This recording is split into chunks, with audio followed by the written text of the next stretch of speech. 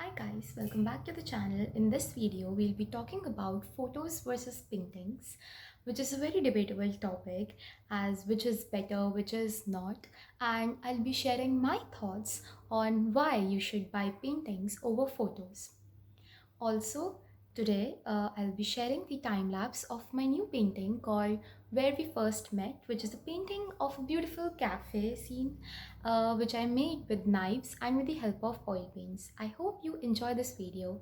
So continue watching. Thank you.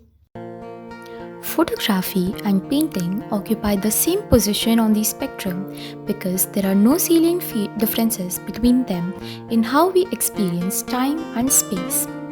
There are, however, interesting differences during the creation phase. Painting is generally viewed as an additive process, that is, it creates something where nothing was. Photography, on the other hand, can be looked at as subtractive. Photographers simplify what exists in front of you down to its barest and most powerful essence. Both mediums benefit from both disciplines. An overly busy painting or photograph loses its impact. At the same time, elements are often added for proper composition. Walk around your subject and you may be able to improve your prospects. Neither medium is purely additive or subtractive. Photography is also generally viewed as being representational as contrasted with the impressionistic possibilities inherent in painting. This is indeed true if you compare merely pointing a camera on autofocus and auto exposure at something and shooting versus pointing a loaded paintbrush at a canvas and shooting.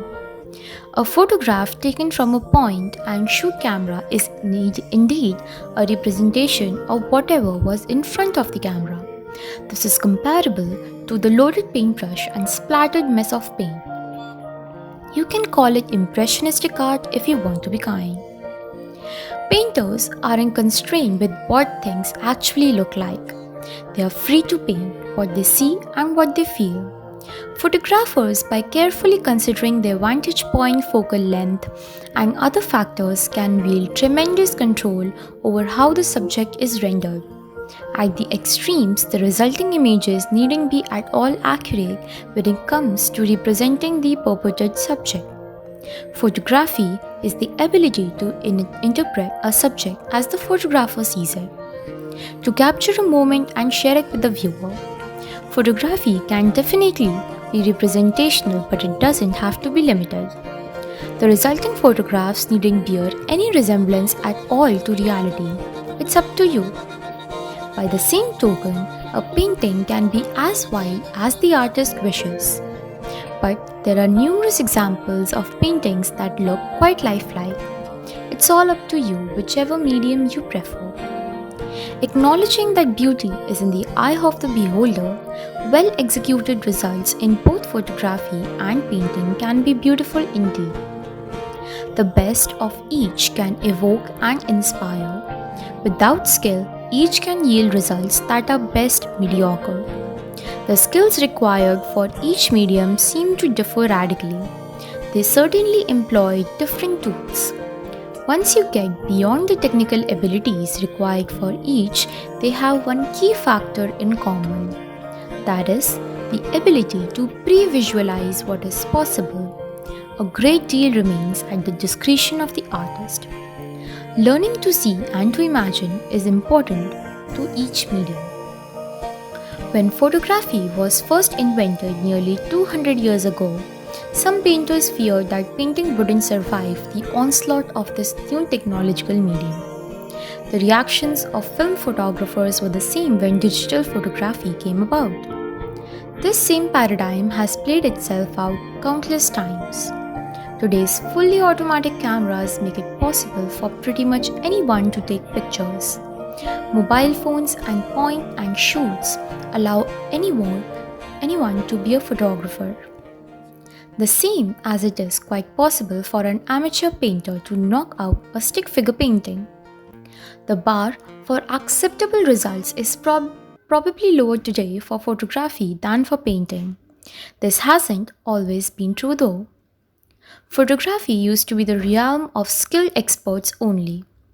Equipment was expensive and difficult to use. Costs and complexity for basic photography have come down remarkably over the years. But achieving the best results has always remained in the realm of those who truly work at honing their craft. At the core, both mediums are art forms. As the artist, your results are what you make them. When you take a photograph, you are capturing a single moment in time exactly as it appears in the moment you take it. The artistic elements are manipulated by knowing where to place the camera, how to work with lighting, how to manipulate the technology in modern cameras. With photography, you basically have to go in with your composition, form, and content in mind, and you manipulate the physical world to create your image. For example, if you decide you are going to take a picture of a landscape, you place yourself and your camera in the best position to capture the exact portion or angle of the landscape to balance lighting, colors, etc. Anyone could go out and take a photograph of that landscape because that landscape just is what it is, and photography is just going to recreate what is there. Because we have the technology to capture the world as we see it, you have to manipulate the technology and the physical world you are photographing to make interesting art. Unless you use Photoshop, in which case you can just do whatever. Paintings are a different way to recreate the physical world in a 2D format, but they are limited by the perception of the artist, their abilities, and tools. From my own experience in painting classes, I know that if you put one bowl of fruit in front of 30 people and tell them to paint it, you are going to end up with 30 different paintings. It's all about perception. One person's going to think a certain fruit looks brighter. One person is sitting at a weird angle. One person think it'd be cool to alter the composition. And if you're me and you run out of yellow paint, you are trying to justify having a red banana in your picture.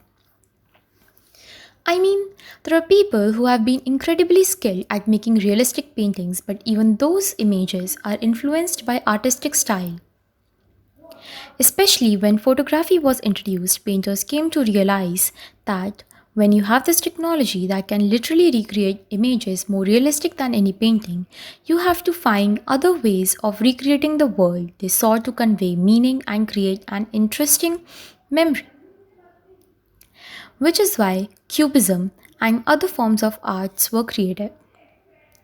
Artistic elements are still there, you need your composition, form, content, etc., but you are manipulating the paint, your skill and style with the medium and your perception of reality in order to create an image.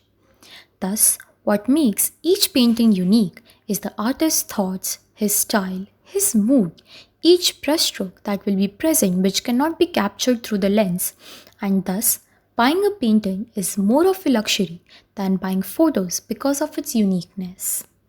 So, even if a painting is costly, it shows the uniqueness it has of the artist. And so, you should never bargain with anyone for the painting because it is unique and you will never be able to recreate even if you paint that. I hope you enjoyed this discussion and you can also share your opinions in the comment section below. Also, I hope you enjoy this time lapse of the painting where we first met. If you like this video, like it and share it and do subscribe to the channel. Also, don't forget to check out the art store for the latest paintings and you can buy them for your loved ones and yourself. Thank you.